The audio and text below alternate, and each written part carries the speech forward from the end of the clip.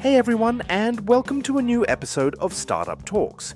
Today we're roasting three startups: Reactive, a mobile commerce play from the US, the Interaction Company of California, an in-app personalization SDK, and Pickleball One, a community platform from Japan for a sport most of us have never heard of. Let's get into it.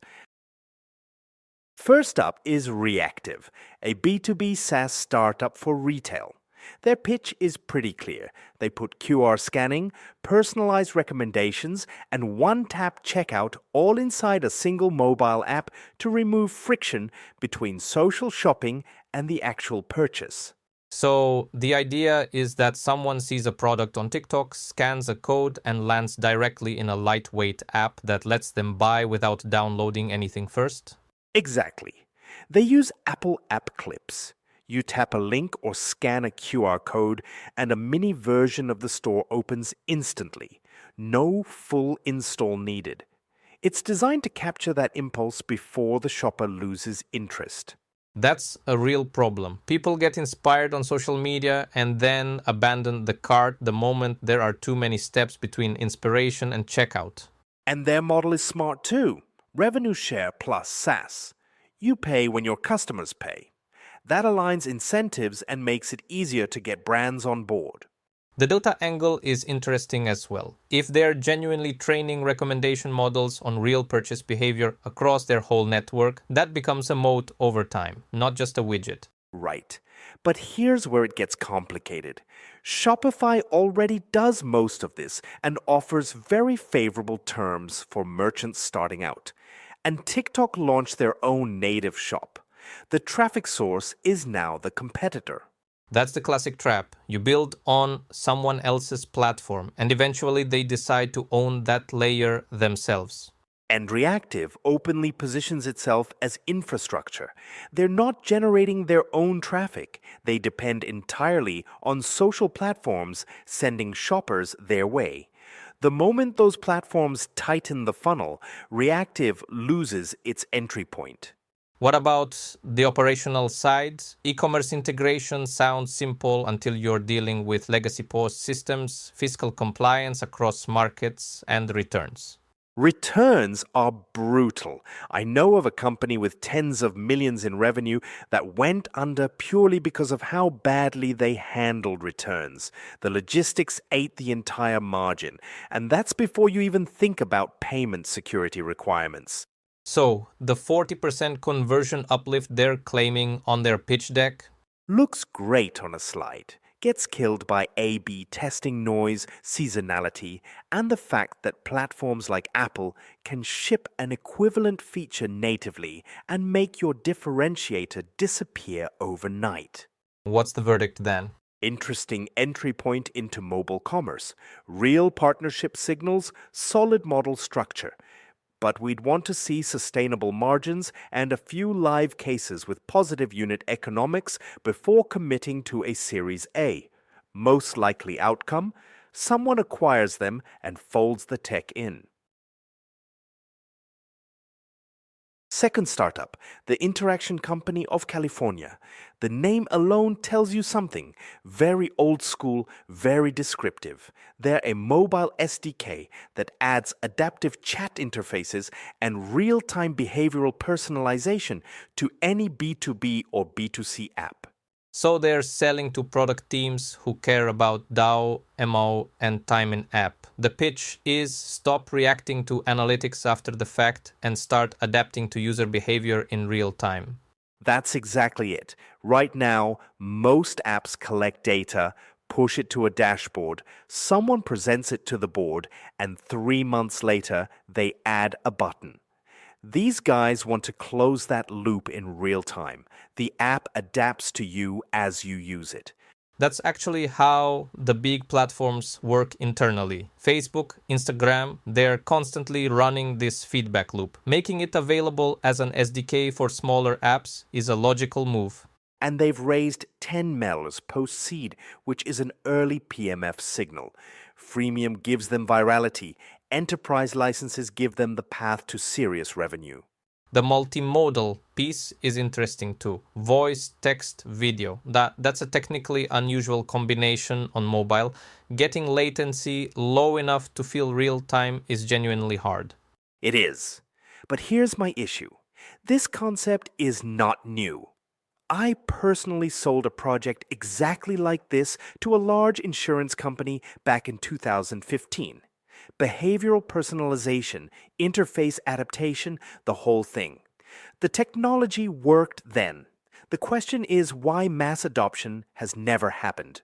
Because integration is always the real barrier. It's much easier for a developer to set 3 pricing tiers and ship than to plug in a behavioral SDK that requires training data, fine-tuning, and ongoing MLOps. And the cost of inference at scale, especially if the models run in the cloud, hits your unit economics hard. Real-time processing on every user interaction adds up fast. There's also the privacy dimension. Once you're processing voice and video data, you're in biometric territory. And that's not just a compliance checkbox in Europe. That's a legal and reputational liability. Plus the platform risk.